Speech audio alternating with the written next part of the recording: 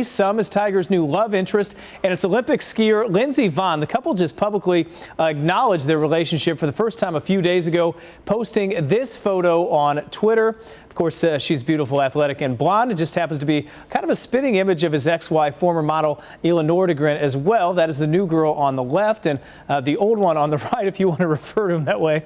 Amy Caulfield takes this sports turn to complicated love story from here. And Amy, he actually took those pictures to get ahead of the paparazzi, so it wouldn't be worth as much when they got the pictures. Right. Well, no, actually, it was smart of him, really. It was smart of him. But the rumors have been going around for a long time. All right, thanks, Ryan. I'm joined this morning by Rick Brown. He is a marriage counselor. All right, so it's an interesting dynamic, and we sort of take the spin off of what's going on with Tiger and Lindsey and Elin, but we can really apply this to our own lives, especially when you are in a situation where you are divorced, you have children, and you're now introducing a new love interest into the family. It's very complicated. Well, it's complicated and it's awkward for all parties involved. Everybody feels uncomfortable, and they just have to acknowledge that when you get together, especially for the first time, it's going to be uncomfortable, it's going to be awkward.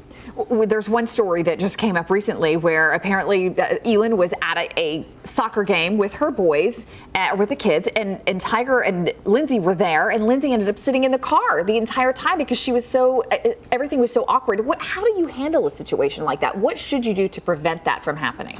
Well, I think everybody needs to realize that they're going to feel uncomfortable, and you have no control over what you feel. It's going to feel awkward, it's going to feel uncomfortable.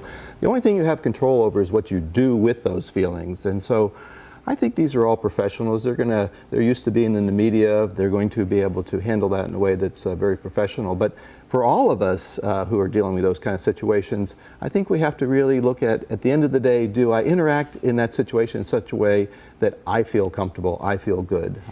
As the outsider coming into a broken relationship, should you be proactive with the ex? Should you sort of offer a little bit of an olive branch and say, look, I know this is uncomfortable, this is awkward, but actually sit down and have a conversation and say, how can we work this out? Or is that too much? Is that pushing too soon? Well, I think you can take the clue from the partner, so that if your partner says, I don't think she's really ready for that, I think you need to honor that. If they think it would be helpful for you to reach out, I think you can honor that as well. Every situation is different in those. And what about the kids? Because obviously they're the ones we're most concerned about. Right, and we have to put their safety and their security first. And so we have to interact in that situation in a way that makes them feel very comfortable and very safe, regardless of what feelings we have about each other. We have to do that in a way that feels safe for them. Should you keep these relationships secret from the children until you're sure or you're confident that the relationship is going to move forward? Well, I think that can be helpful, but sometimes when you're in the public eye like these folks are, it's impossible. That's pretty difficult to do, but usually you don't want to introduce the children to the new person until there's really enough of a relationship there that